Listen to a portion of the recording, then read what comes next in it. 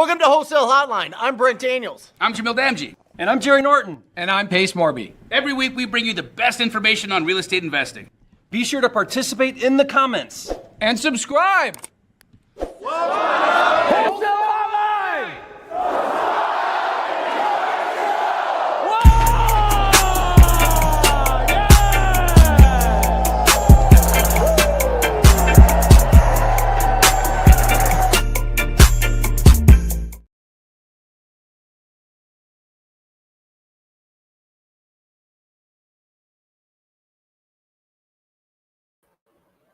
Hi guys, welcome to Wholesale Hotline. It is just me today. Sorry for all the technical difficulties. I didn't have access to start the stream, so I was scrambling back there. I apologize for being late.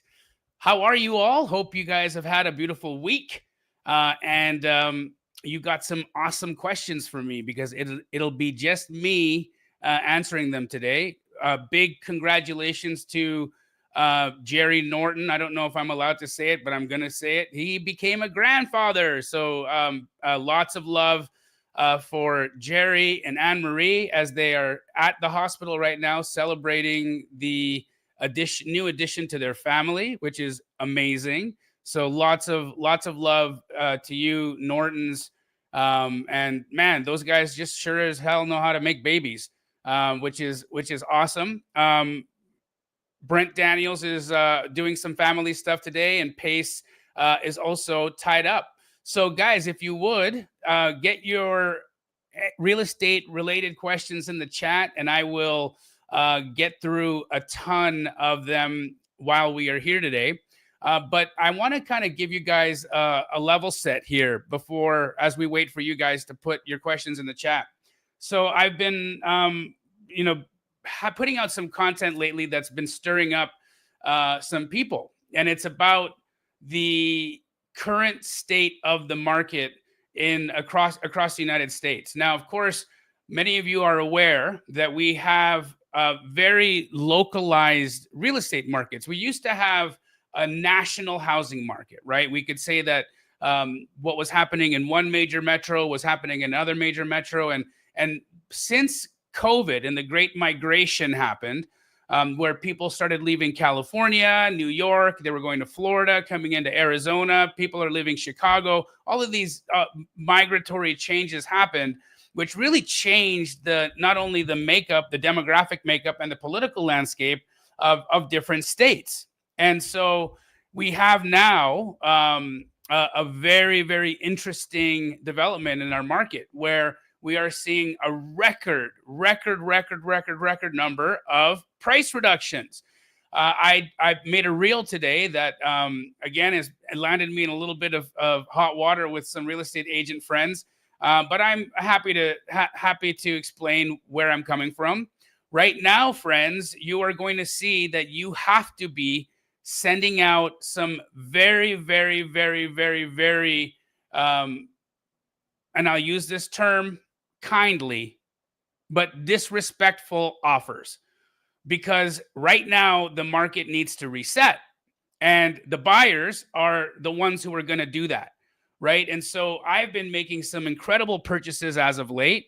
As you guys may have seen the post that I made today on my Instagram, but I walked through one specific listing in Phoenix, Arizona, which started at $2.5 million and ultimately just closed the other day for $1.3 million, meaning that this house was overpriced by $1.2 million.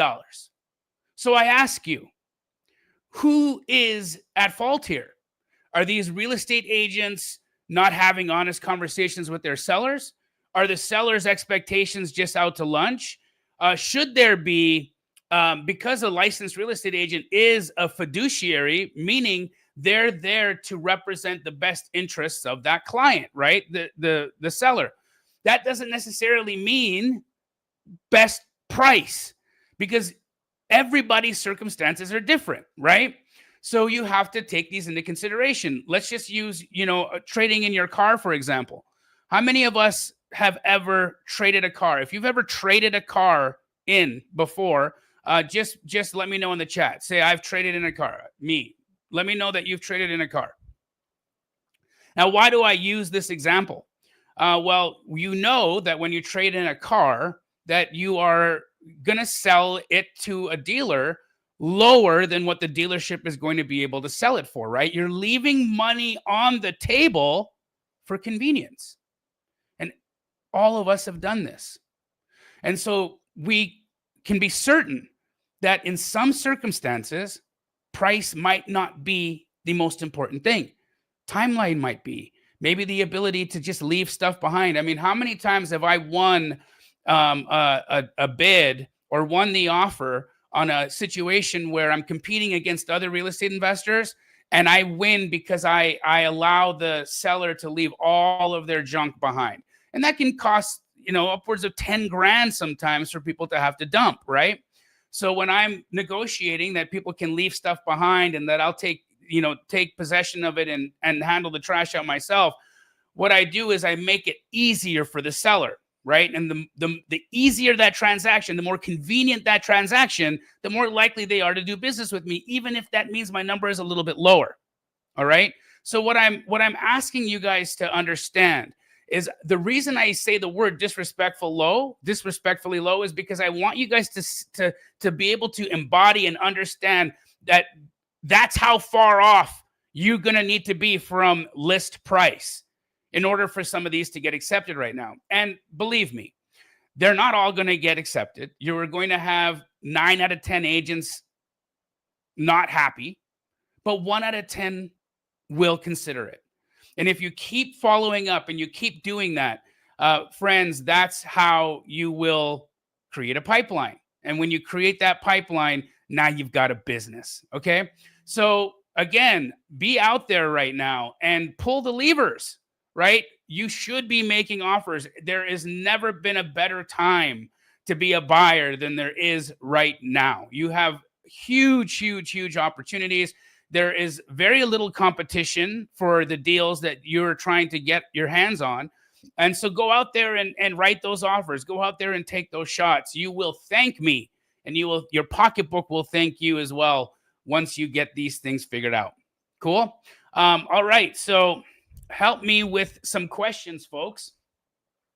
Maria asks, how do you make a distressful, or I think she meant disrespectful offer without ruining the relationship with the real estate agent?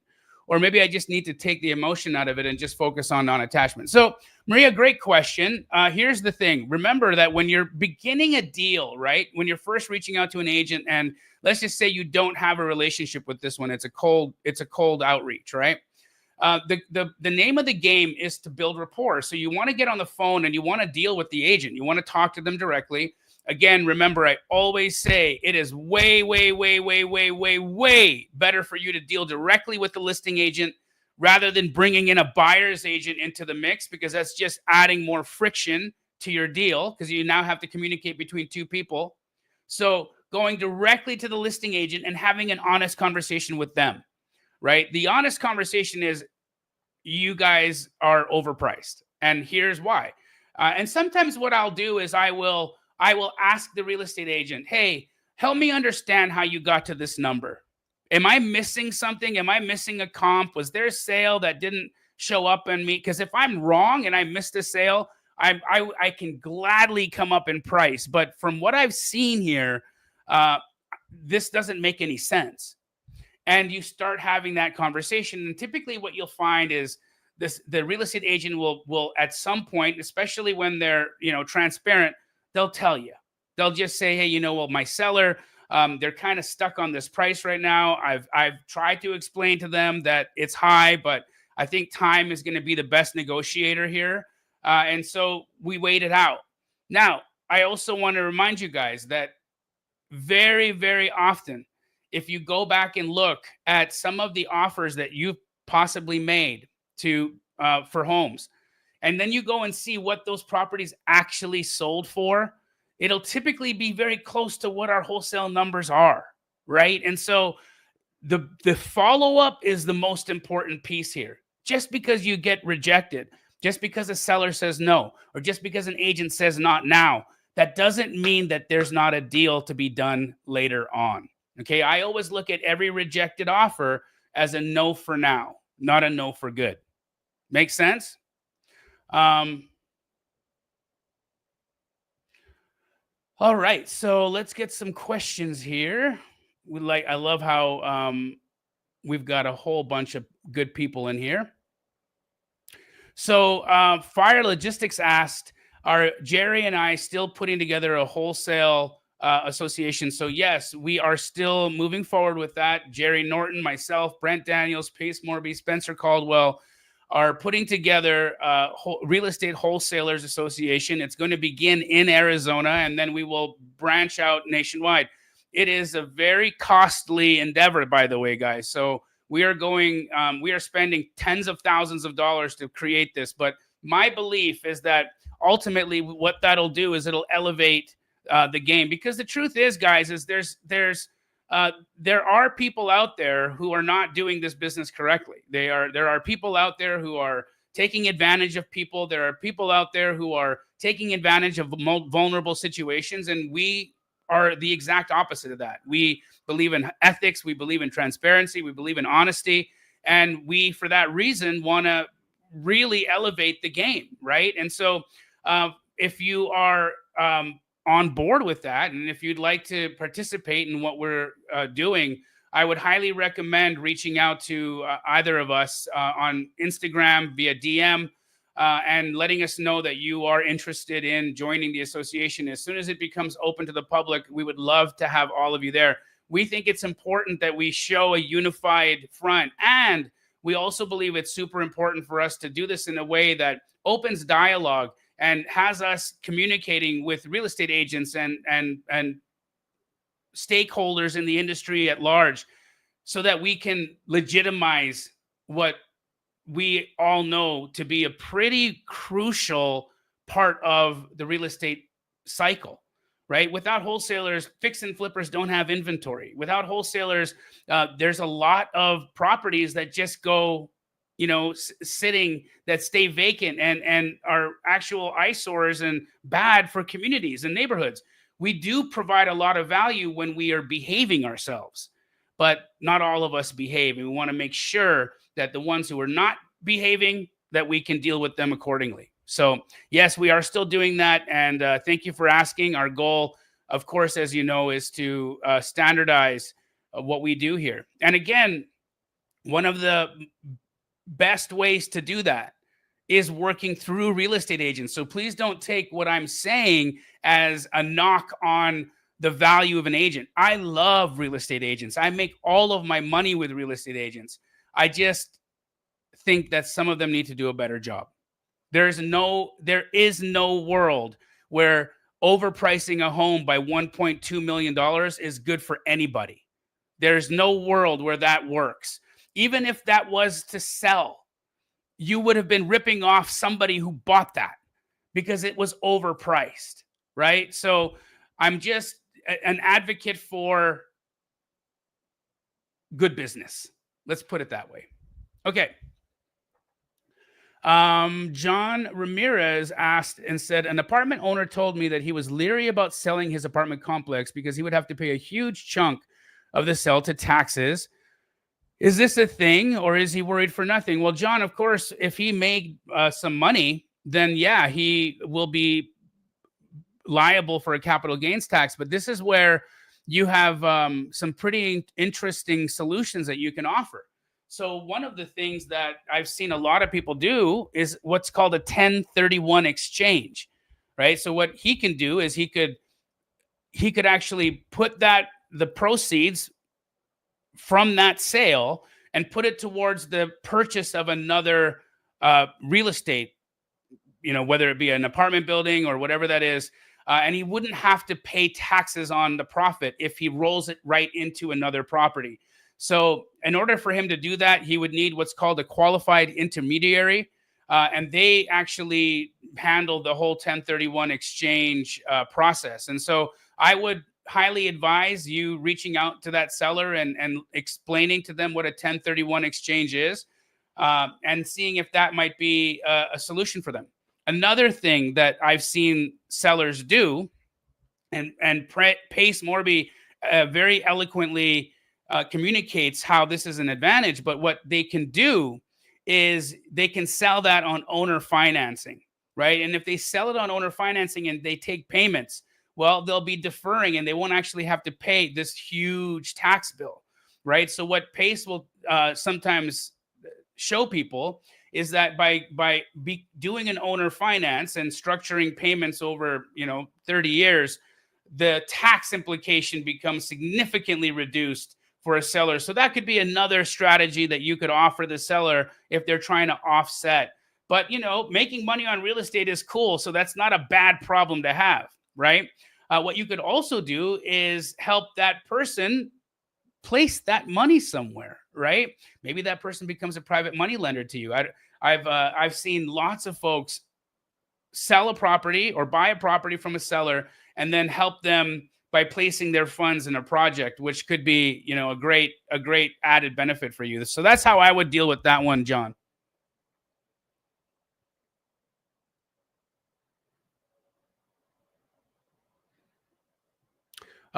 Ray Jones says that he needs some help comping a property. So Ray, if you want to put that in the chat, I'm happy to comp for you guys. Dimitri Van Camp, what's up, my bro? He said he saw an interview from me where I said Miami is full of fraud. Is that still the case? I recently worked on a deal in Miami, had a fraudulent deed recorded. Bro, Miami is a cesspool. I'm sorry, but it is terrible. That place has a lot of fraud going on. I don't understand why. How did Miami become the center of business fraud? But it really is. Like it's silly how many fraudsters are out there and the level at which they'll do things. It's just crazy. And guys, like these AI image generators and whatnot are really fooling even the notaries sometimes. And so it's really important that when you are in a deal and if something feels weird, for you to do extra levels of research. The one thing you don't want to have is be involved in a scam, right? I just had a video that I released on my YouTube channel with Jeff Ma on a deal that he was doing. This wasn't in Miami, it was in Chicago, but again, a very similar thing where someone was selling a property that they didn't own. Right? They were selling someone else's property and they were going to try to get away with it. And they were close. I mean, money had already been wired, right? So like you really got to be careful. And one of those ways that you would do that is by verifying ID, verifying that the people that you're signing contracts with are actually the rightful deed holders of those homes. Sometimes when a deal seems too good to be true, it typically is. So for me, that's where I definitely will do a little bit of extra due diligence. Here's the other piece. A lot of times what ends up happening is those fraud deals, they are so good. Like that we like the deal so much that we are almost willfully blinding ourselves to the fraud as well, right? Because you really want that deal to work out because it means that you're going to be making some money if it does. But if it's fraud, you're not going to get anything. You're not going to get any money. Everyone's going to be out and you'll have egg on your face. So again, my suggestion is if it feels too good to be true, do a little bit of extra research. There's nothing wrong in verifying who you're doing business with.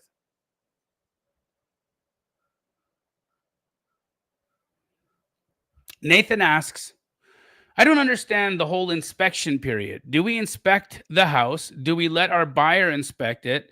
How does it all work virtually? It's just confusing. Okay, Nathan, great question, and I'm happy to help you. So in any real estate transaction, there is what's called a due diligence or inspection period. Now, of course, this inspection period is the time in which the deposit that you're putting down, the earnest money deposit, is still refundable. Okay, it means that you still have the opportunity to back out of the deal if something doesn't work out for you, or you uncover something during the inspection that is a material defect that you're not interested in wanting to remedy or fix.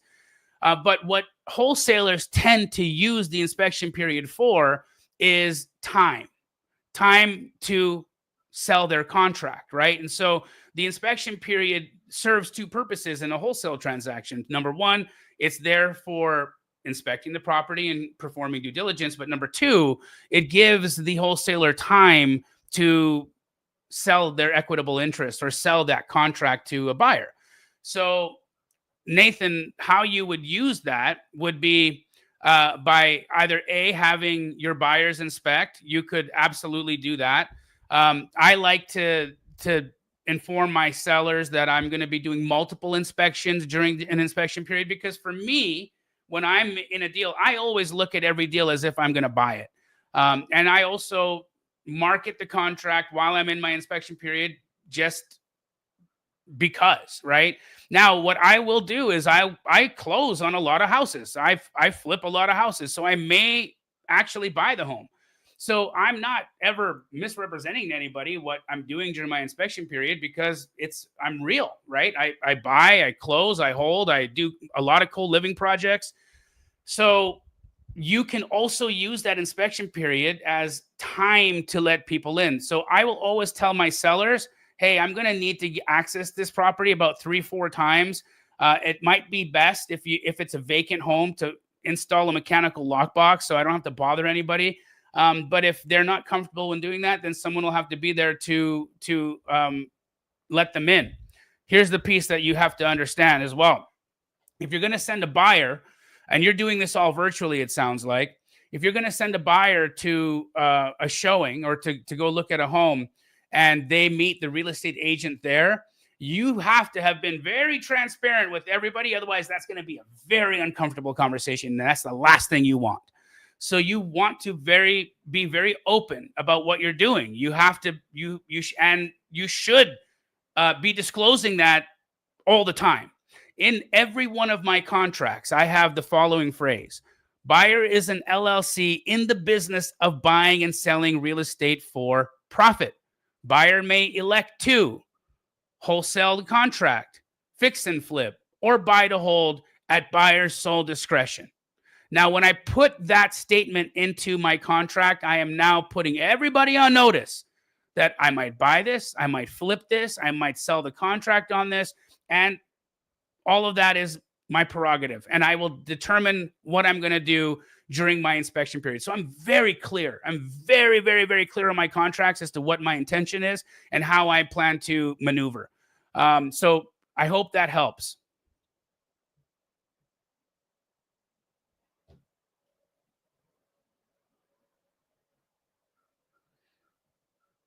Jason Baca, how you doing, Doc? How do you make sure agents bring you deals as opposed to other investors reaching out to them saying the same things you're saying? What I understand here is, how do I make sure the agent brings me the deal and not give it to somebody else? I think that's what you're saying. And the best way to do that, bro, is to be annoyingly following up, right? I always like to think of, when you go to a fair, they got that whack-a-mole game, right? You got to be that guy. Okay. You got to continue popping up all the time so that the agent will either give you the deal to shut you up, or give you the deal because you are so freaking persistent, right? Persistence will win all the time. And I never assume that an agent is just going to magically send me deals. One of the other things that I do is I'm continuously nurturing my relationships, right? Just for instance, I have another deal that I'm getting I'm going to get under contract tomorrow from an agent that I've done now 8 transactions with.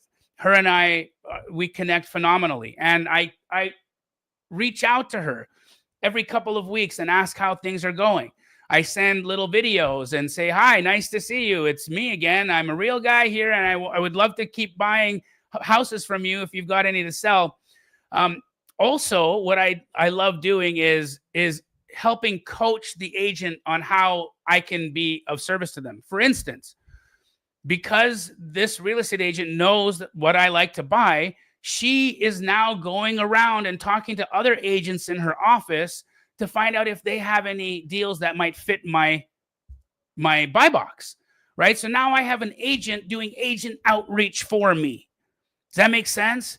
So the better you get at this, the more persistent you are, and the more you follow up, the deeper those relationships get. There is a video that I also have on my YouTube channel. It's called the DOR score, DOR score. What do I mean by DOR score?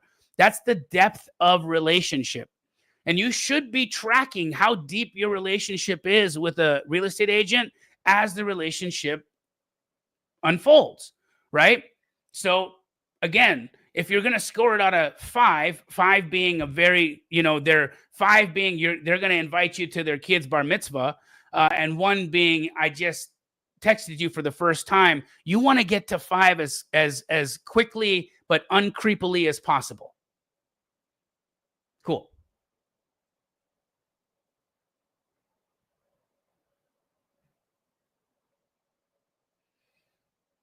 Perfect Detailing says, what are my thoughts on master leasing single family homes to do co-living? Well, I think it could work. I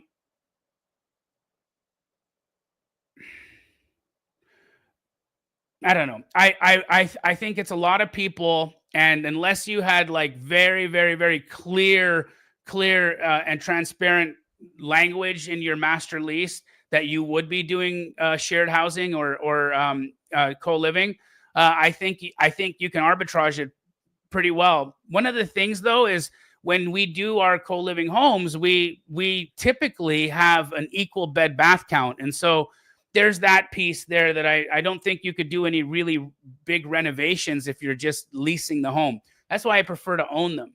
Right. For me, when here's my playbook on co-living, I buy the property wholesale, right? Typically buying them at some percentage of ARV, right? I then do a substantial renovation to the home and I force appreciation on that property. Right now, I have a more valuable home. So when I go to refinance, what's typically happening right now is I'm pulling out roughly half of my investment. So right now, my houses, I might be leaving $50,000-$60,000 in them, but they're cash flowing like $3,000 a month, right? So where are you going to get that kind of cash on cash return? It just doesn't exist. I still wake up sometimes and have to pinch myself because it's that good, right? I replaced my entire wholesale income with my co-living deals. And you know what I realized? I don't got to keep doing deals anymore like that, right? Because I was on the wholesale hamster wheel, guys. 7,000 deals, and guess what I had to keep doing? Deals all the time. And it's hard, right? It's not easy. It takes time. It takes effort. So for me, co-living makes sense because 18 deals later, and I have all of my income that I was making on a monthly basis from wholesaling being replaced from my co-living homes, and I have very little money trapped in those houses. It's pretty beautiful.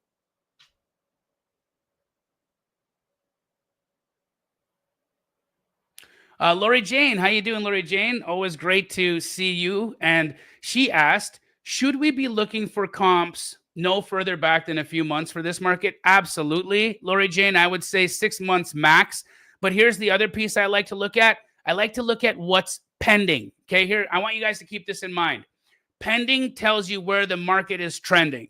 Okay, I know you guys like rhymes. Pace loves to give you rhymes. Here's my rhyme. Pending tells you where the market is trending. Now, of course, that property might not close at the number it's pending at because we really don't know that, but you can call agents and kind of explore and see if they'll tell you where that property might close at. And so never hesitate to call a real estate agent who has a pending deal on the MLS and ask, hey, what is this one going to close at? And they give you an idea of where it's at. Another thing to pay attention to, Lori Jane, are days on market. Right? If you are wholesaling in a specific area and everything in there is sitting on the market for quite some time, your investors, your buyers are going to see that too. And they're going to instinctively know that they're going to need to reduce, right? And so I would say that look at actives, days on market, and pendings. And that should give you a really, really good idea of kind of how things are looking in that area. Hope that makes sense. Hugh Boy, what's up, dog? He says, Jamil, would you offer on a house that is not completely renovated, but not in bad shape, like clean and move-in ready? Perhaps something that got renovated 5 to 7 years ago? I mean, bro, let me show you. I did that exact thing here. Check this out. So give me a quick minute. Let me pull this up.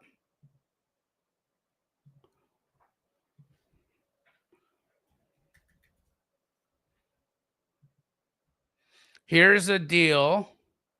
I hope you guys can see. Can you guys see my screen? Y'all can see my screen, right?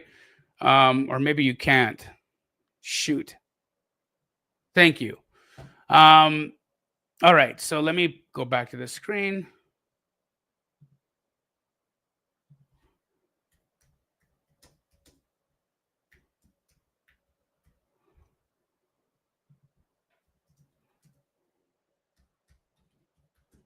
So here's a house that I bought in Phoenix.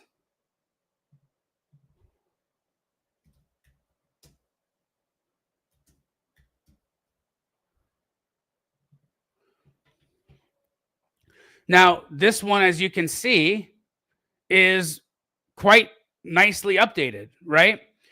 Look at where this property was listed at. They started off at 650, 649. Okay. Look at where I closed it at. 420,000. This house had an appraisal done on it. It had appraised for 565. So you guys want to know why I came to the number I came to? Because I wanted to buy that house without it needing any money. So I knew that it had just appraised for 565. And I also know that my DSCR lender will loan at 75% of appraised value. So I just took 75% of what the appraisal came in, and that's what I offered, and that's what they accepted. Pretty cool. So yes, Hugh, I would offer on that house, but I would make sure I was still getting a discount on it. I wouldn't justify its shape to overpay, if that makes sense.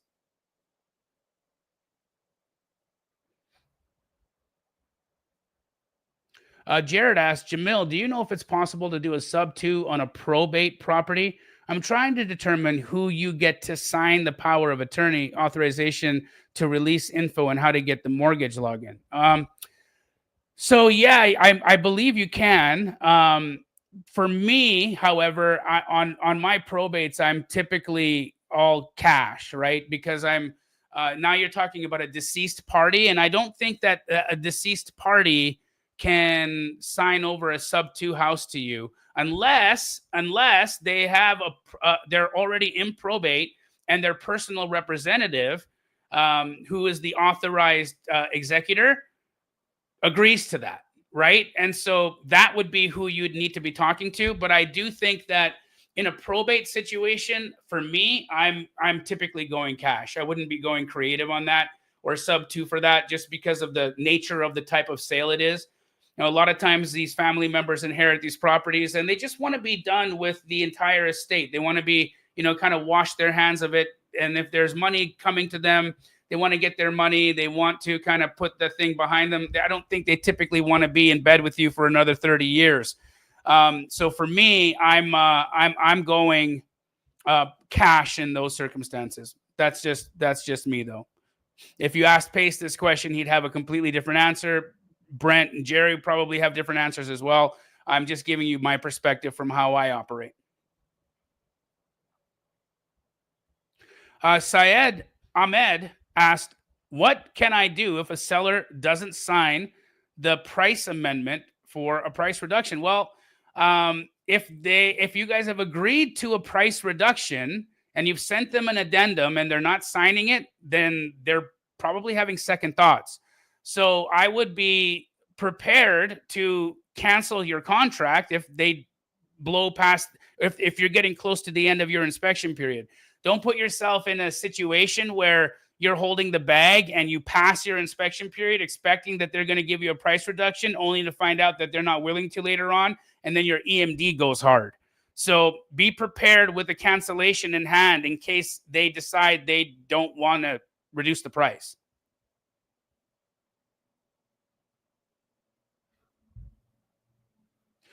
Samuel Morgan said he needs to try Spencer's barbecue, and bro, his barbecue place, that it is so good.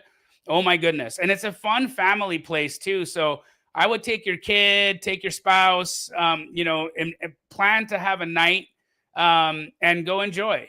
Go enjoy.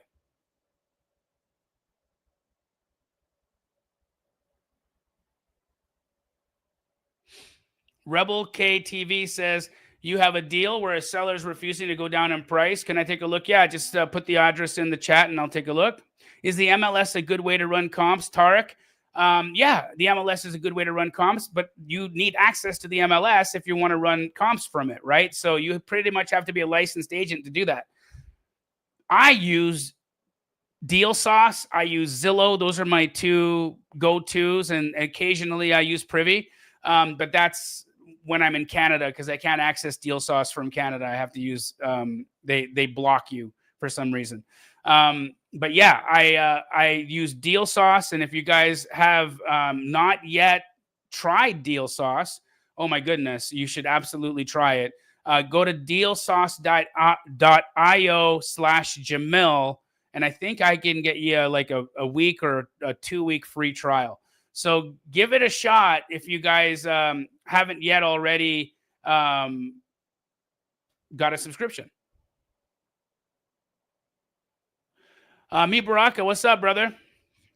Will it keep the bar of entry the same? Expand on that. I don't quite follow what you're asking.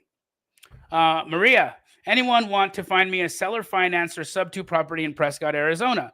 My family and I would love to find our home there, but we need creative financing. Yeah, guys, Maria is awesome. If you got anything good in Northern Arizona, send it over to her, please.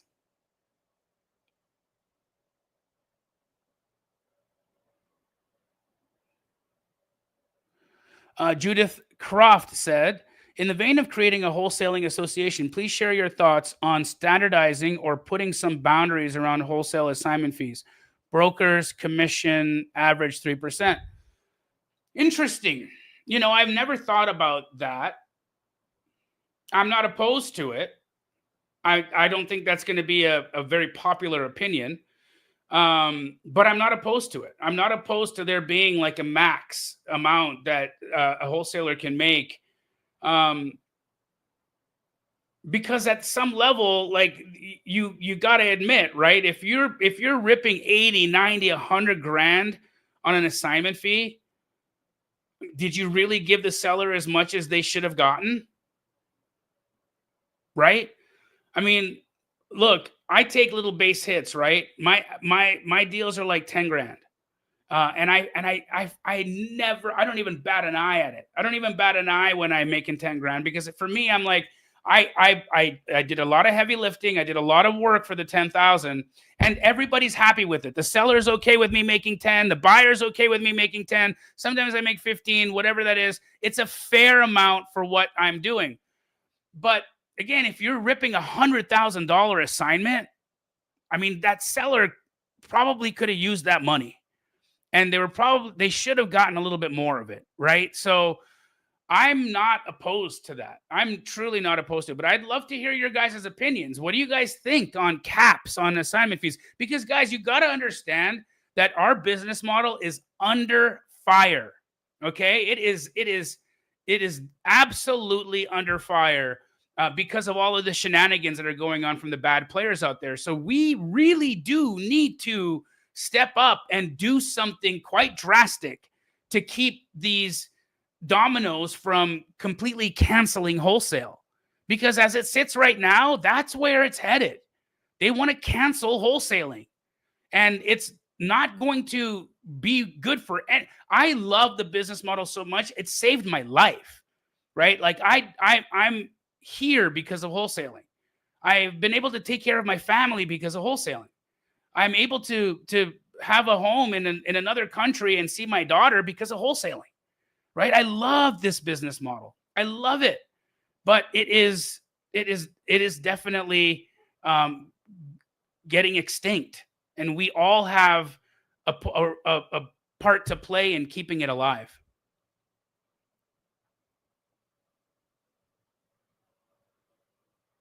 Ooh, AG says, how do you deal with rejection and rudeness from agents? It really brings me down. Here's the perspective that changed it for me. You know, when somebody's mean and rude to you, right? It's not a reflection of you. It's a reflection of them, right? Imagine how miserable you have to be to just dump on people, to be totally rude, right? And inconsiderate. And so honestly, I feel sorry for them when they do that. And a part of me says a prayer, you know, I hope that this, whatever this person is going through, gets better. And that's it. I don't take it personally. I've had bad days where I haven't been super nice to people as well in my life. So I get it. I can have compassion for it because I can see where I've also been the jerk. Right. So, you realize that hurt people, right? And so if they're trying to hurt you, it's because there's something going on with them inside. And that's a miserable place to be, right? So I give them grace, you know, and I think, well, I hope whatever they're going through gets better. That's truly it. Now, have I ever had the odd one where I'm like, just lose my cool? Yes. And is there evidence of that on the internet? Yes. So I'm not always Zen Jamil. Sometimes I'm a son of a bitch. It just depends, right? It just depends on what's going on. So, you know, I would see if giving grace is in the cards for you. And if sometimes you feel like you got to say something back, I guess say it. But I'll tell you this. It always works better when you're kind. Like nothing good happens from vinegar. You get so much farther with honey. Just my opinion.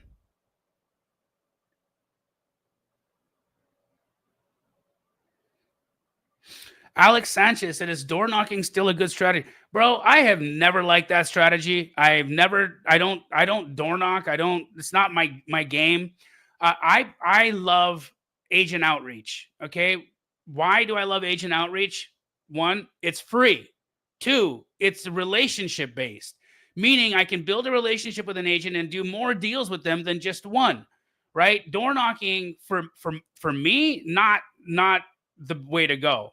I also want my sellers to have an advocate in the deal. You guys have no idea how much from a liability perspective, how good it is to have an agent in a deal, how important that is, because it's somebody there looking after the benefit and the best interests of that person, right? And so it's good to have that person in the deal to just make sure everybody, you know, performed and did the things that they were supposed to do. Nobody got taken advantage of it or anything like that. So for me, it's inexpensive. It creates relationships and it's scalable. You can't scale door knocking, bro. You can't. So that's, you know, I just wouldn't do that. I wouldn't do that strategy. For me, agent outreach all day. Israel Santos, I'm just getting into wholesale real estate and I have a question on what to do when a seller is motivated but doesn't have enough equity. Well, Israel, that's typically when the deal is going to go creative. Okay, so that's when you might sell on subject to, but that's if there's not enough equity for it to be a wholesale deal.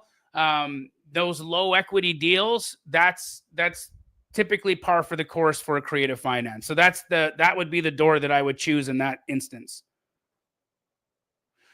Jewel Benoit said, Jamil, break down novations. Do I do these? I actually have never done a novation before.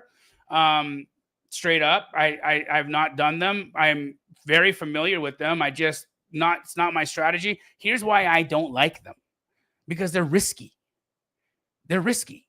You're going to invest a whole bunch of money into a house that you don't own, right? That's typically what a novation is. So a novation is when a seller wants more money than you would give them as a wholesale deal, right? Or it's also known as a net listing as well. So you and the seller agree to a certain amount of money. Typically what happens then is you will renovate the house and try to get more cash for the home.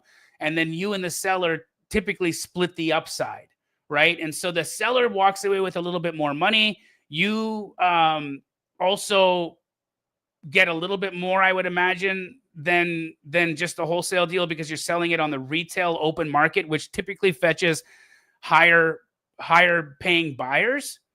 But I'm just not a fan of investing money into a house I'm not an owner of. I can't get behind it. For me, that feels too risky. I feel like the chance that a seller is going to see the job that we do and then say, you know what, I think I want to stay, is probably pretty dang high. So I'm not wanting to get into that kind of fight with someone. So I stay away from them. That's just my opinion. Now, do people make money? Absolutely. Right? Rich Wonders. I don't know if you're familiar with Rich Wonders. He's a really good guy out of Phoenix, Arizona. He's like the novation guy, right? Like all he does are novations. I would recommend following him. Go check him out on Instagram. I think it's Rich Wonders on Instagram as well. And, or the Novation dude or whatever. But yeah, check him out. And I'm sure he has some instruments that he uses to protect his investment when he is renovating a house he doesn't own. So I might just have this fear that potentially could be solved with a contract or something. But again, you know, I'm a cash buyer. That's my strategy. I don't like pushing the other buttons. I've used this analogy before. You know, if you were a lab monkey, right? And you knew that by pressing this button, you're going to get a treat, right? And that button is cash offers, okay? And I press that button and I get the treat. Now, there's all these other buttons there. There's seller financing, there's Subto, there's, novations, there's all of these different buttons. I don't press those other buttons. I press the button I know how to press and I get my treat. Monkey push button, get treat. Monkey push button, get treat. Monkey push button, get treat. Don't press the other buttons. That's just me. That's how I rock. Okay.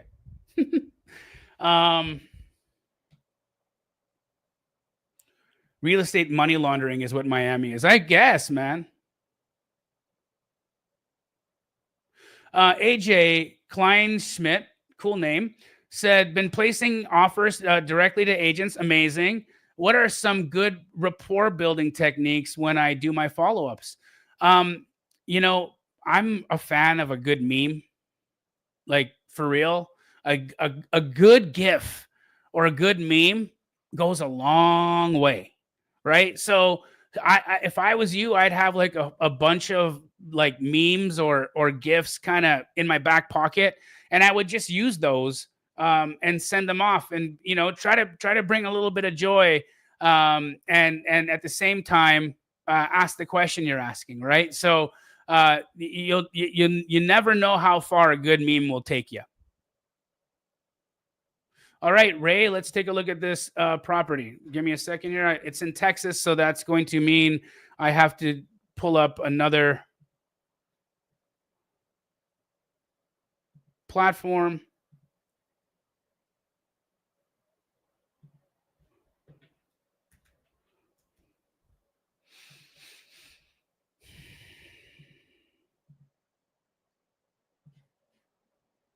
Oh, and somebody changed my password. Dang it. Well, that's not going to work. Shoot.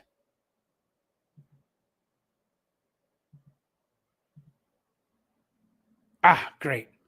Okay. False alarm. 290 Oak Grove Lane in Wascom, Texas. So what do we have here? A two-story 1957 build, sitting on 158 1,000 square foot lot. Geez, that's like 3 acres, a little over 3 acres. It's a 4,200 square foot home. Okay. Doesn't seem to be really any sales going on over here.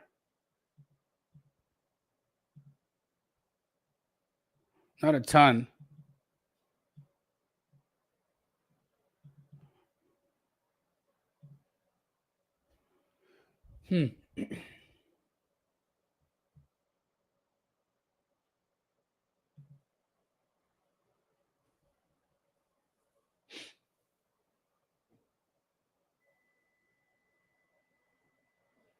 Now it looks like this sold for $296 in 2021.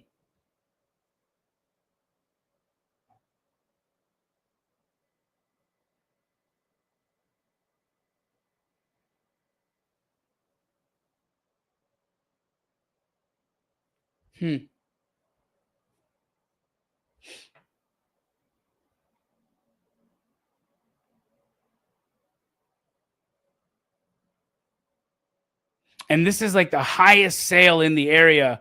A couple of things here I just want to point out. For me, this would not be an area that I would really be focusing in on, because look at, like, there's nothing going on here. Where is this even located? It's like between nowhere and nowhere, right? So I can't imagine that this property has appreciated since it was bought, to be honest, just based off of the low volume of sales there. There's evidence that, and these are all, and this is the largest house in the area too, which is always a difficult thing. So typically what I would say is, you if this thing closed at 296, maybe you got an additional, I don't know, 10 grand on that. So I'd say you probably have like a 300 ARV on this thing. How likely are they to sell it for a lot less than that? I don't know, but I wouldn't be wanting to buy this thing for anything more than 150 grand. So I would say you should offer about 150 on that one for that to be a deal that could make sense. But outside of that, I wouldn't go much higher. AG says, I live in Miami, and this is very accurate. Almost every month there's FBI raids at someone's mansion. Guys, I don't know what is going on in Miami. It is crazy.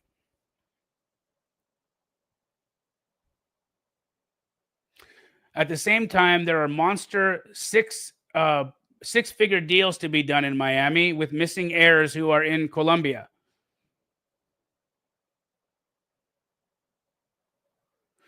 OM Zig 2000 said they learned that lesson when they were renting and a lady was subletting to her or him. Now I always check the assessor's webpage. Good idea.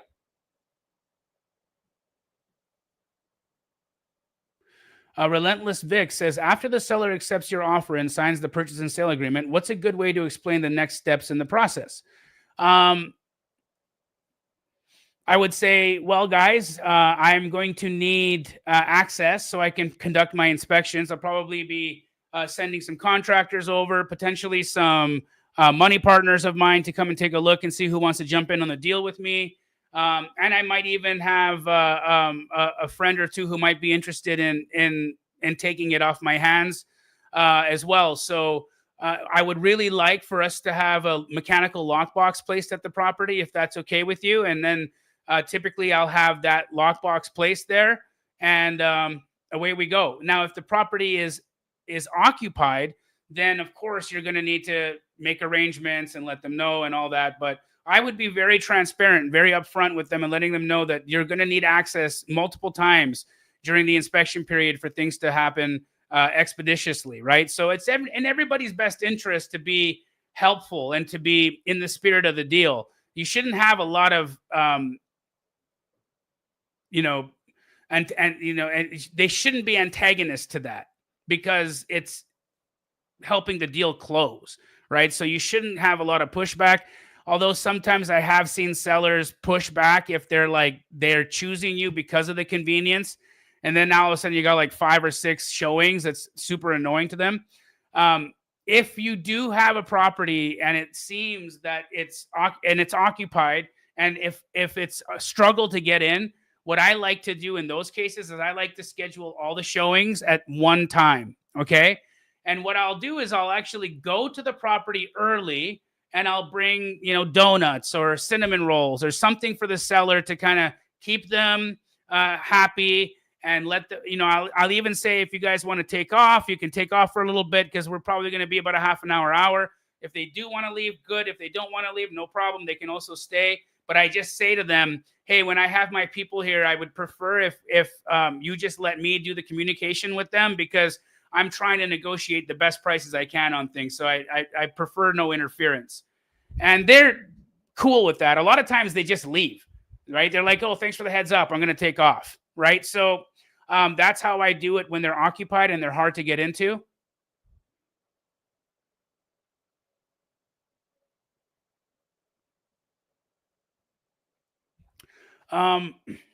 Verlixis says, when going on a call with a seller, is it a bad idea to mention things like pre-foreclosure, liens on property, etc., as a way to convince them to sell for less? I mean, I wouldn't use words that aren't there. If the property is in pre-foreclosure, it's in pre-foreclosure, right? If it's in default, it's in default. But no, I mean, I'm not trying to scare a seller, if that's what you're asking, or if I'm not using specific words to kind of get them to take action faster. The reality is I'm going to come to them with facts, right? The facts are, this house is going to need this much money in order for it to sell for this. Okay. Now, in order for me to do that, I need to be able to make a profit. Who would risk flipping a house for nothing, right? So I'm just very, very clear about where the numbers are and what's on the table. The reality is a lot of times people just aren't aware. They don't know how much the renovations. How many real estate agents have said to me, oh, the house needs $5 or $10 grand? Bro, hey, what can you get for $5 or $10 grand? Nothing. Zero. There is no renovation in $5 or $10 grand. That's just not even a thing, right? So a lot of times giving a bid is really a helpful thing. So I would recommend you guys take a look at Quick Flip Construction. That's where I've been. Even if you don't use them for construction, they'll give you free bids, and those bids can be used in negotiations with your sellers. They can be used in negotiations with your agents. So yeah, that's what I would do. I would get a bid, and I would use that bid in order to get my price where I need it to be. Samuel Morgan said, given how the market is right now, it's been a lot easier to get properties under contract with a smaller EMD. I've just been sticking to a $1,000 EMD. Yeah, I mean, that works. I'm typically $2,500 or $3 grand on my EMDs. I'm not, strapped for cash flow or whatever. So for me, if I'm able to get a deal by putting down larger earnest money, I'm happy to do that, right? Like I'm in a deal that I should be getting under contract tonight, where I have a $10,000 EMD. Here's the deal. I'm 10 grand EMD. I waived inspection, but my price is $20,000 less than the next highest offer. The next highest offer is 20 grand more, but it has a 3-day inspection and a $1,000 or $2,000 EMD. I'm winning that based off of the strength of my EMD, 10 grand, non-refundable, because I'm buying it sight unseen.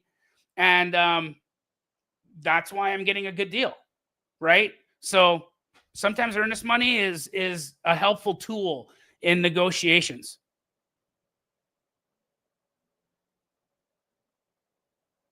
Rod Carver, what's up, brother? Good to see you on here. Will you make it to Burning Man this year? I will not make it to Burning Man probably ever again, honestly. I think it was a cool experience one time for me. Yeah. I liked it. It was cool, but I'm not really like a big fan of EDM music, honestly. And then also, yeah, just I'm 46. I got to do old man stuff now. Earl Augusta said, "Hi, Jamil. Can you comp this property?" Yes, I can, Earl.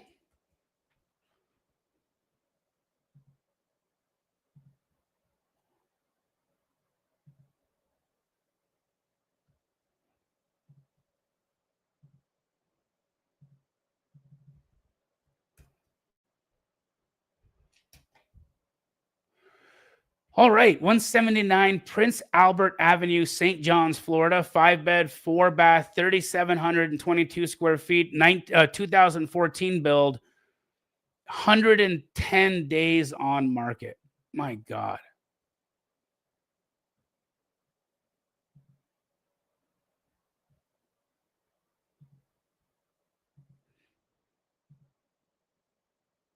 Well, first things first, when I see a house like this, I think it's too nice to be a good wholesale deal, right? I unless this seller is looking to just get a quick sale because they need access to capital now, and it doesn't sound like that's where they're at, because they've been on the market 110 days.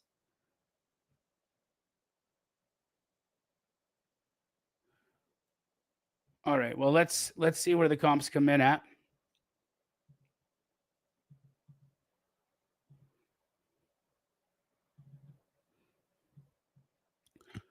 So this 775, just recently sold. It's a little smaller. Now let's see what the condition of this was inside.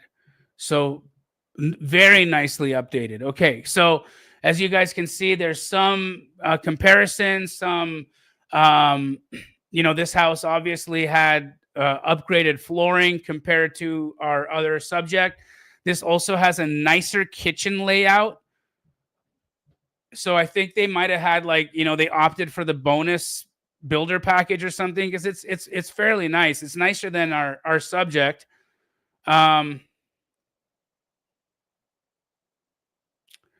So I think your ARV is 775. And if I'm you, I wouldn't want to do this deal for, I'd be offering like 550. I don't necessarily think that they're going to accept that, but that's where I would be on it.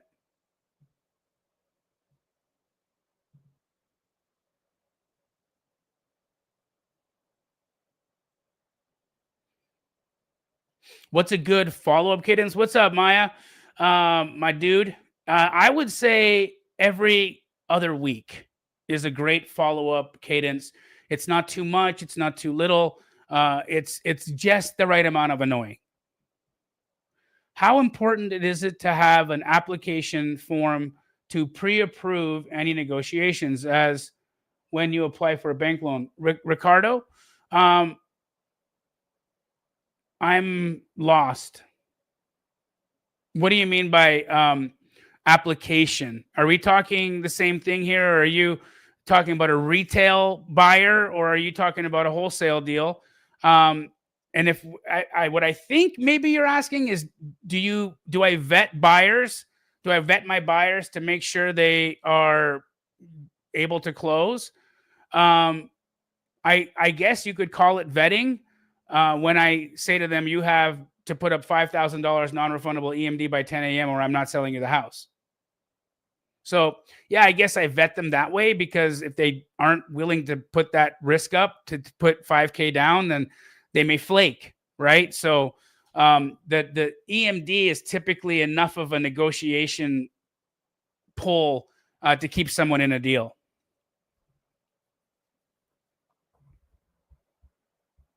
Well, Rebecca, thank you for that kindness.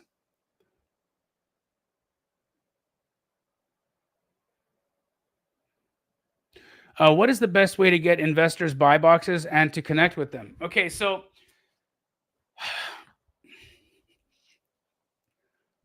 A call, like truly a phone call is the best way always. But be careful on those calls, because like I like to call a buyer when I have something. It's like, please forgive me, but it's like jerking off asking a buyer what their buyer box is when you have no deal. There's no point, right? Like, what are we fluffing here? I want to have a deal in hand, and then I start calling buyers. Now, my favorite platform to find buyers, guys, if you haven't yet seen this platform, I'm going to blow your mind. Okay. So,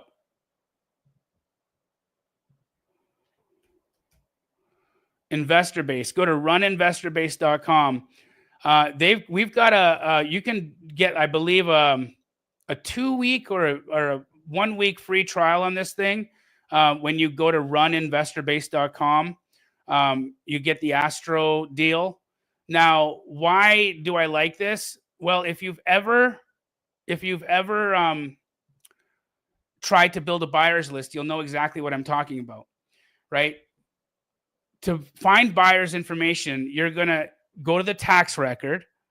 You're going to get the name of an LLC of somebody who purchased in cash or hard money. Then you've got to go to open corporates, and you got to find out who the managing member of that LLC is. Then you got to go and skip trace who that managing member is to try to get a phone number. It's like a 5-6 step process. It's brain damage. That's why so many wholesalers don't do it, right? It's too many steps. Investor Base is one step. You put an address in, and boom, it populates all of the cash buyers who have bought within a half a mile of your subject property. It gives you their full name, their phone number, and what projects they just recently did. So you can, when you call the buyer, you can say, hey, let's just pretend it's Brent. Hey, Brent, I just saw you flip the house on 123 Banana Street. You did a great job on that one. Would you be interested in another deal very close to where that one is? And I think I can get it to you at a better price than what you paid for the first one. That is a winning pitch, right? I've sold houses in like minutes like that. In fact, there was 2 lives I did where I had just gotten a deal under contract, and I sold that sucker in like 11 minutes on a live stream. And I made like 90 grand doing it. It was wild. So, yes, Investor Base, great deal. Great platform for finding buyers. Go to runinvestorbase.com and get a free trial. Check it out. That's my advice for that.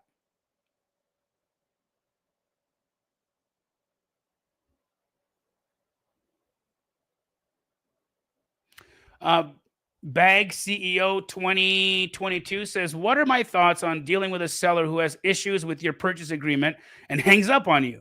It was a deal I accidentally sent her the draft, and now she's trying to talk, like to back out.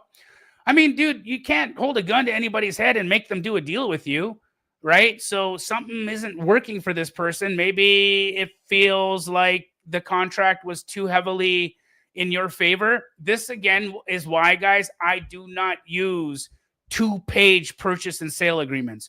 This is why I have always said from day one, work with real estate agents. Let them write the offers for you. Let them use their contract. Their contract is right down the middle.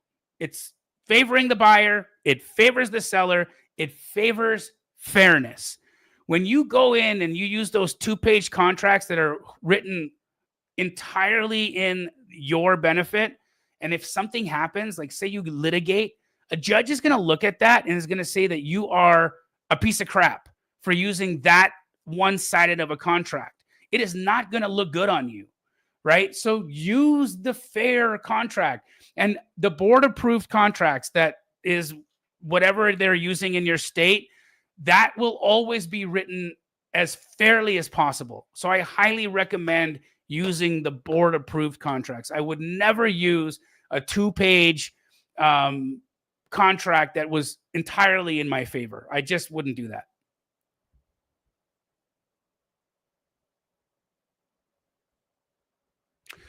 Tim Mark says, I live in North Carolina. I found a deal, but unsure what to do next.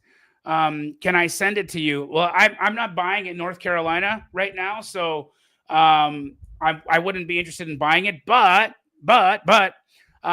Jay Mora, look that guy up on Facebook. Jay Mora, Jaymora. One of my Astro community members. He's a phenomenal guy. Does deals, great amount of business in North Carolina. He is the farthest thing from a cheat or someone who would go around you. So call him. He'll help you out.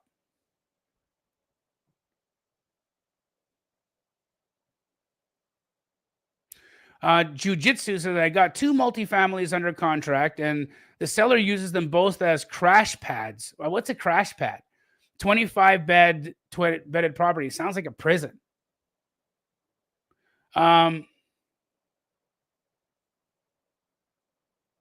Maria, so excited for you to get your first co-living as well.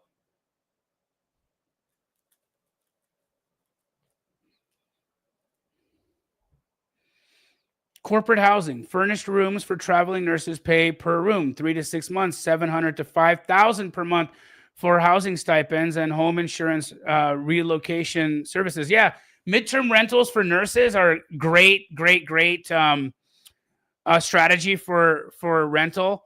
For me, I'm really in the affordable housing niche, and so I'm not so much in the niche of specific industries. I'm more in the affordability niche, but there are so many different niches. In fact, this Friday, my YouTube video dives into all of a bunch of different types of niches that you can get into in co-living. So I recommend, if you guys are not subscribed to my YouTube channel yet, you should subscribe to my YouTube channel and watch that video that comes out on Friday. Set a notification or a reminder because I think that video is going to be pretty insightful.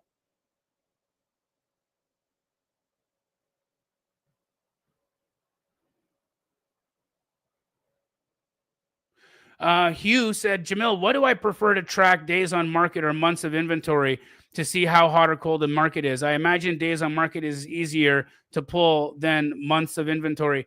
I mean, ATOM data, ATOM data will typically give you all of that info in one spot.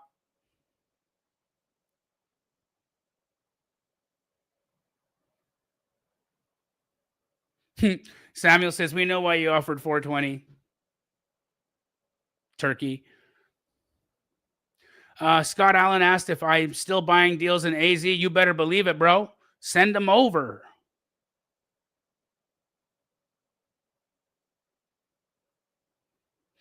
Zach says, why didn't the DSCR lender lend 75% LTV off of net operating income? Because it's a single family home.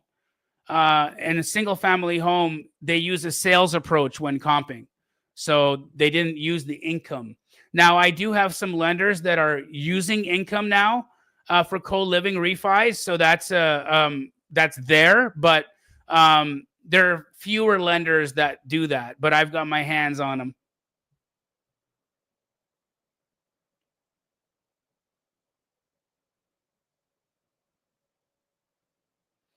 I don't know anything about that stock.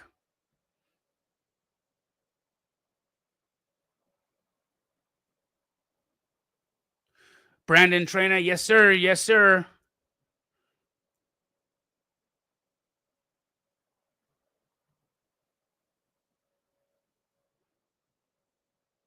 Do I have an opinion on flood zones and if they're worth a wholesale or not? I stay away from flood zones.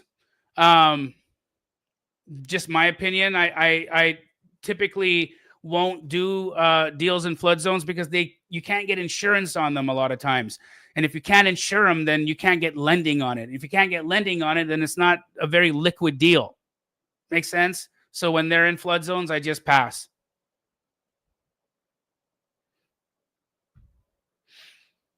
You folks have Deal Sauce. Hey, Dean, you use Deal Sauce in Canada? Why the hell can't I get on it? Rebel K, congrats. Initially, you had a seller who wanted what, 150K for a property, and you got under contract for 80 grand. Let's go.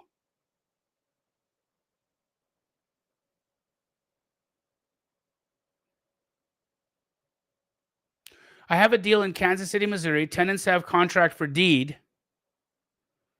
Do I really need to foreclose the agreement with the tenants first before I wholesale the deal? I mean, if there is a contract already on the property and that they've taken money, I would say you have to deal with that. Yeah. I don't think you can not deal with it. They're in the property. I would absolutely, I would 1000% deal with that. Lekan asked, what are the features of Deal Sauce? Deal Sauce is awesome. So Deal Sauce is a platform where you can pull lists. So if you want to pull like a list on, say, high equity or low equity or tired landlords, things of that nature, you can pull lists on there. You can also skip trace, so you get their phone numbers on there. You can comp on Deal Sauce. I mean, those are the things that I'm using, that we use it for, comping and lists, right? So one of the things, if you've ever watched the No One Left Behind challenge that Pace and I do monthly, what we'll do is we pull a list of actives on the MLS and that are high day on market, right? Then what we'll use is LOI Blaster, which is one of Pace's softwares, and we will send out like, I don't know, hundreds of LOIs. Now that will usually lead to a certain number of appointments, and then we make appointments with these agents, and we jump on the call and talk to them. So Deal Sauce is a pretty good lead generation tool.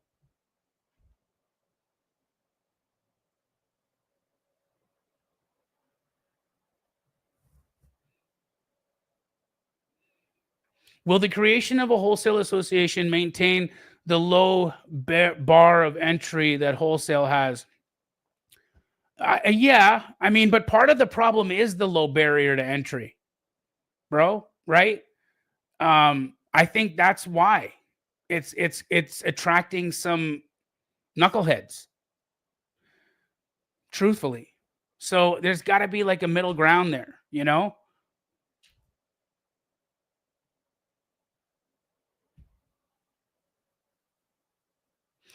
Me Baraka said, if we do have a cap on assignment fees, then anything over the cap should go back to the seller. I think you're right.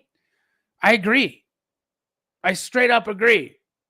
I'm not going to be a popular guy for this opinion, but it's what I think. I really think that it's important that we treat everybody fairly. I think it's important that sellers get the most that they can get for their house when it's in original condition and needing help, right?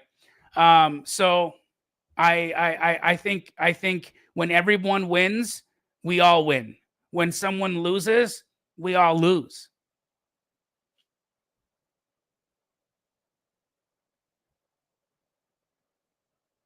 William Sarziniak,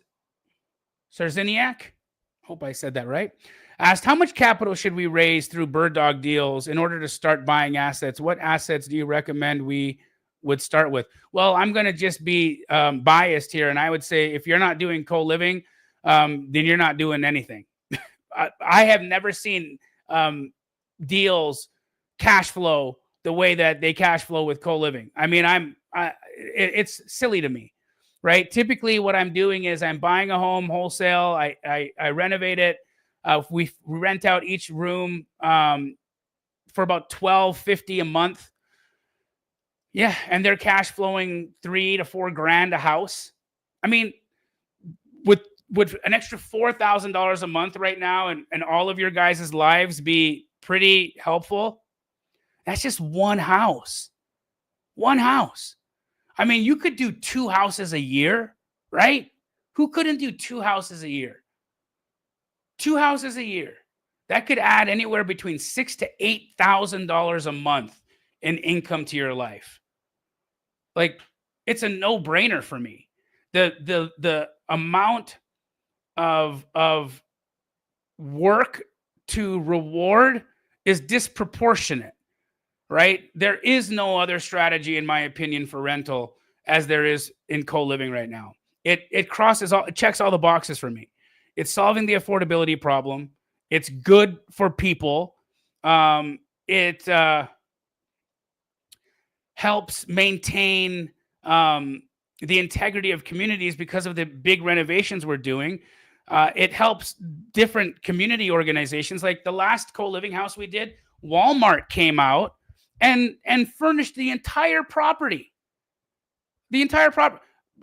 Do you guys realize that the only reason I got to become a Home Depot partner is because of co-living, right? There is such a need out there for it right now. And just in 2024, co-living investments came to $7.8, I think, billion, on track to hit $16 billion by 2030. It is not going anywhere. And the people who are involved in it now, they're going to be the ones who win, right? It's like all those people that got into Airbnb when Airbnb, you could still buy properties cheap and with cheap debt. Those guys are still winning. It's all the knuckleheads who bought the properties after the market peaked and overpaid that are struggling right now, fire selling their Airbnbs because they're not renting out, right? So you never want to be the guy who shows up to the party late, right? You want to be the guy who got in early and got out and, captured market share and away you go. Christopher Perea asked, do I need an LLC to wholesale? I would highly recommend having one. I mean, sucks when you get sued. So I would say it's a good idea. Syed Ahmed said, but you don't have to have an LLC. You can wholesale in your personal name. So don't let having an LLC stop you from wholesaling. Just use your own personal name until you start your LLC.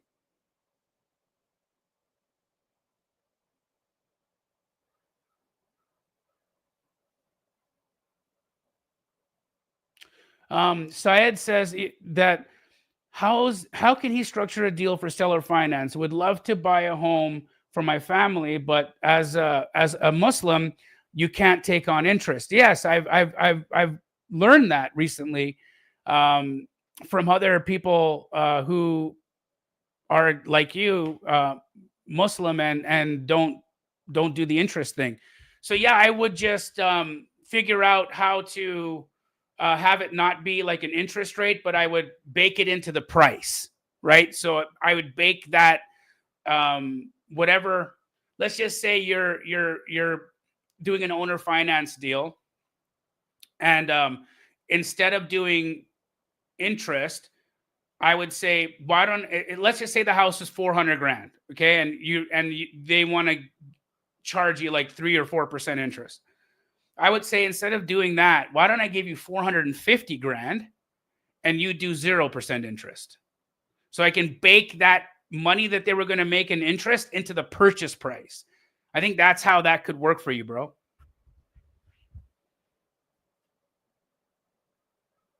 Maria says, you are a mirror to other people. It's not about you. It's about them. So pray for them when people are mean to you. I agree. I couldn't agree more.